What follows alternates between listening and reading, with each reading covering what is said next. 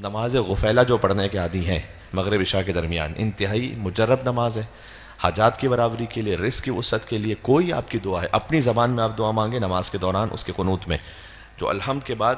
ایک آیت ہے وَظَنُّونَ إِذْ ذَهَبَ مُغَاضِبًا فَظَنَّ أَن لَّن نَّقْدِرَ عَلَيْهِ فَنَادَىٰ فِي الظُّلُمَاتِ أَن لَّا إِلَٰهَ إِلَّا أَنتَ سُبْحَانَكَ إِنِّي كُنتُ مِنَ الظَّالِمِينَ فَاسْتَجَبْنَا لَهُ وَنَجَّيْنَاهُ مِنَ الْغَمِّ وَكَذَٰلِكَ نُنجِي الْمُؤْمِنِينَ۔ یہ حضرت یونس علیہ السلام کے سلسلے کی آیت ہے، اور اس کو آپ دیکھ کے بھی پڑھ سکتے ہیں۔ اب نماز غفیلہ کو اپنے موبائل میں ڈاؤن لوڈ کر لیجئے، اس کے بعد اس کو دیکھ کے پڑھ لیں، کچھ دنوں تک آپ پڑھیں گے تو انشاءاللہ یاد بھی ہو جائے گی۔ پہلی رکعت میں الحمد کے بعد یہ آیت، اور دوسری رکعت میں الحمد کے بعد وعنده مفاتح الغیب لا يعلمها الا هو يعلم ما في البر والبحر وما تسقط من ورقة الا يعلمها ولا حبة في ظلمات الارض ولا رطب ولا يابس الا في كتاب مبين۔ دونوں ہی میں عظیم الشان پیغام ہے۔ اور دوسری آیت میں، دوسری رکعت میں جب اس آیت کو پڑھ لیں تو پھر قنوت پڑھیں۔ قنوت میں ایک مختصر سی یہی ملتی جلتی دعا ہے، اور پھر اپنی زبان ہی میں چاہے دعا مانگ لیں، آپ کی جاب کے لیے یا بزنس کے لیے، گھر کے لیے، کسی بھی اپنی صحت کے لیے، کسی بھی معاملے میں۔ انتہائی سریع الاجابہ ہے، مجرب ہے، جن کے کام سال ہر سال سے رکے رہتے ہیں وہ نماز غفیلہ کو جب پڑھنا شروع کرتے ہیں۔ لیکن نماز غفیلہ میں زیادہ افضل یہ ہے کہ مغرب اور عشاء کو آپ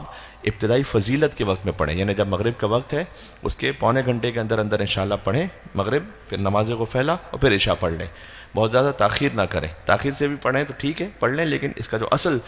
ایفیکٹ ہے، اس کا جو اثر ہے وہ اس وقت ظاہر ہوتا ہے کہ جب آپ مغرب کا وقت فرض کیجئے کہ اس وقت 6 بجے ہے مثال کے طور پر، تو آپ 6 بجے مغرب میں اس کو آدھے پونے گھنٹے کے اندر مغرب کو نماز غفیلہ کو کم سے کم پڑھ لیں، تو اس کا اور زیادہ اثر ہے۔